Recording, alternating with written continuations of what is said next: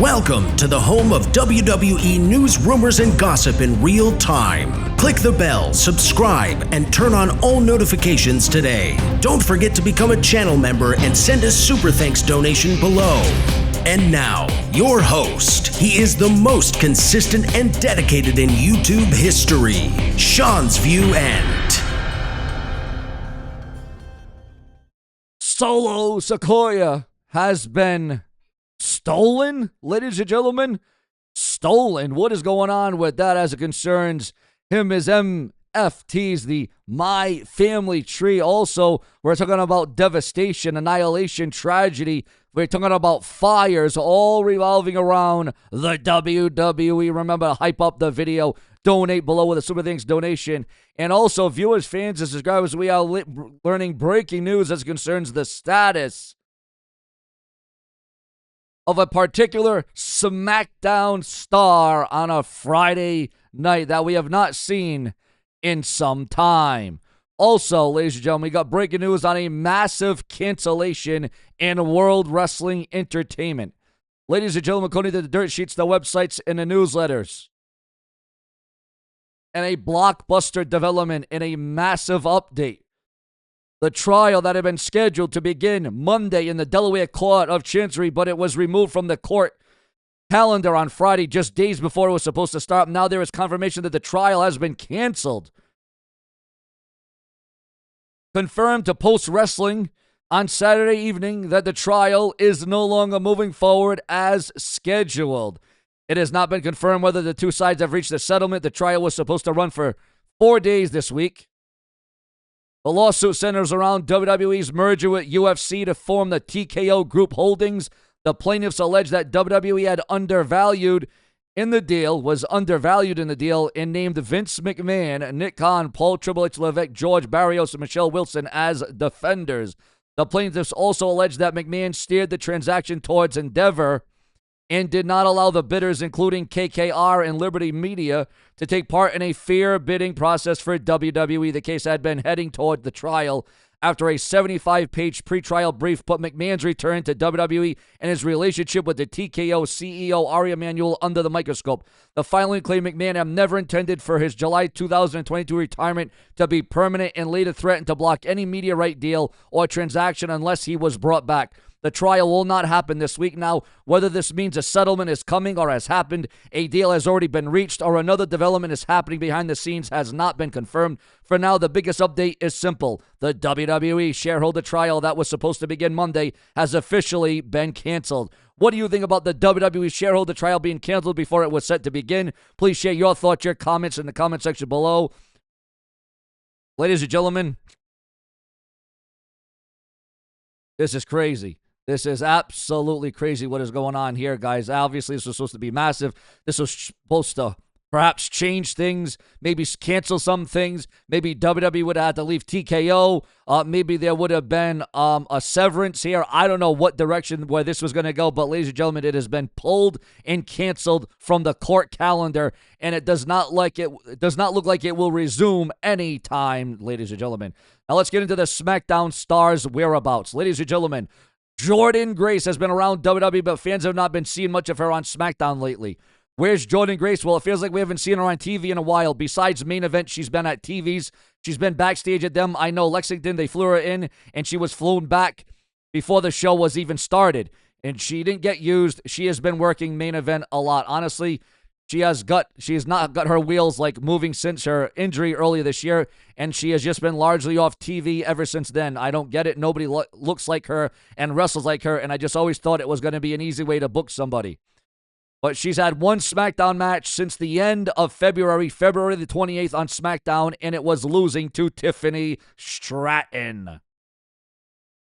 Now, she has worked main event matches, including wins over Zelina Vega and Kiana James, but we all know Zelina Vega gone from the company now, so that's how long ago that was.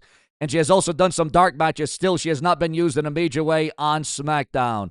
This comes after Grace's injury changed bigger plans early this year. Back in March, WWE had discussed a WrestleMania 42 triple threat match with Julia, Jordan, and Grace, and Tiffany Stratton for the Women's United States title before Grace got hurt.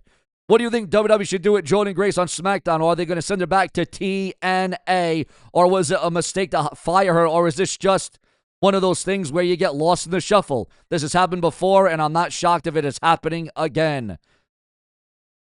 Or is this just a case of the WWE dropping a ball on a big SmackDown star once again?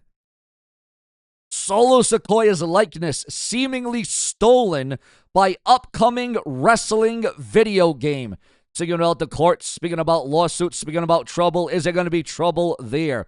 WWE and WWE 2K series, which is known for recreating WWE superstars with realistic character models every year. However, an upcoming game called Wrestling Revolution is now getting attention after promotional screenshots on the PlayStation Store appeared to feature a character model that looked like Solo Sikoa. The game is currently released for a July 16th release, and one of the most promotional images shows a wrestler with a huge resemblance to Sikoa. The character has similar hair, facial features, tattoos, ring gear, and even shows Sikoa's signature gesture. The only major visible difference is that the hair appears brown. Other screenshots from the game have appeared to feature AI-generated character screens and in-ring gameplay, which has only made the situation look even stranger. The game's description promotes it as fast-paced wrestling title with multiple models. Your thoughts, your comments, and your opinions on that. So, could there be a complaint here? Could there be a copyright? Could there be a lawsuit? All that and much more here on Sean's View Entertainment. Also, Cody Rhodes reveals why Paul Heyman is his creative cheat code. Cody Rhodes shuts down claims that WWE Unreal exposes the business, and Chelsea Green explains why she has no interest in a more serious WWE character. Also, a former AEW star addresses wrestling future after disappointing exit. Where are they going to end up next? Where are they going to go? Well, ladies and gentlemen, it would appear as if Maria Kanellis is opening up about her AEW and how it ended, and finally addressed her future in professional wrestling. You know, Maria Kanellis and Mike Kanellis, whatever you want to go by, they really dropped the ball in all ways. Every promotion they've been to, except for the Indies, where they were actually progressing and doing good and making noise and getting noticed. Once they went to WWE, once they went to AEW, Mike Bennett, this guy should have been a future world champion, a future main eventer of WrestleMania, a Money in the Bank winner. There should have been so much more that could have been done with a Mike Bennett, but that is exactly what didn't happen.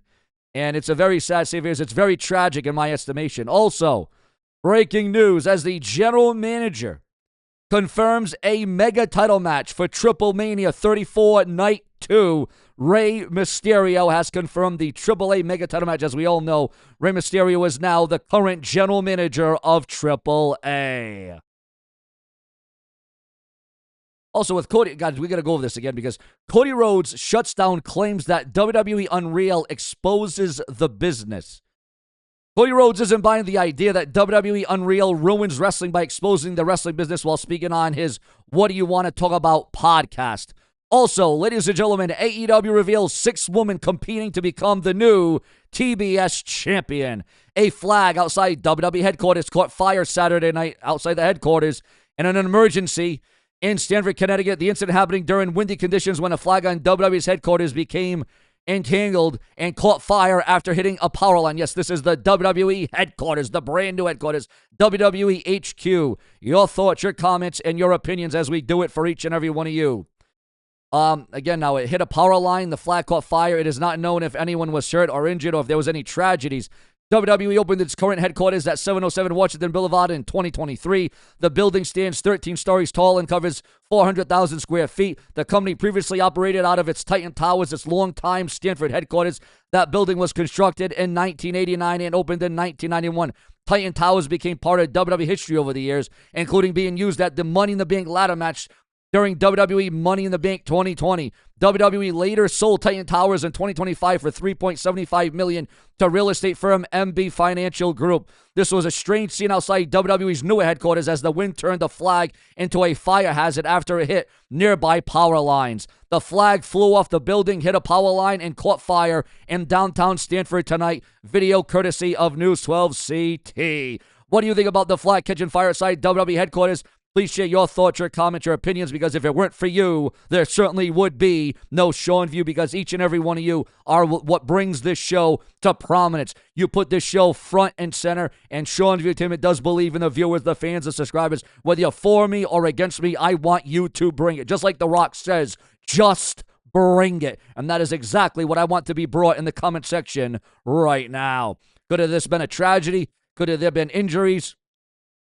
Could it have been worse than what it was? Or is it worse? Ladies and gentlemen, we are also receiving word right now, according to those in the know. Lince Dorado becomes the number one contender to Rey Fenix's AAA Cruiserweight title. Mercedes Moné attacks after and then advances in the Owen Hart tournament. Mercedes Moné was not about to let a big win close AEW Collision that quickly and that quietly. Oh, no. Because Mercedes Moné always has to be known. The Texas Rattlesnake, Stone Cold Steve Austin is in the news and in the headlines, but for a very strange reason. Stone Cold Steve Austin loses it after his cat ignores him at the Broken Skull Ranch, which sounds a lot more entertaining than anything that has been going on WWE TV currently. Your thoughts, your comments, your opinions on that, because without you, there is no SeanzView. We are the foundation. We brew it up to you. Plenty more to come. Subscribe.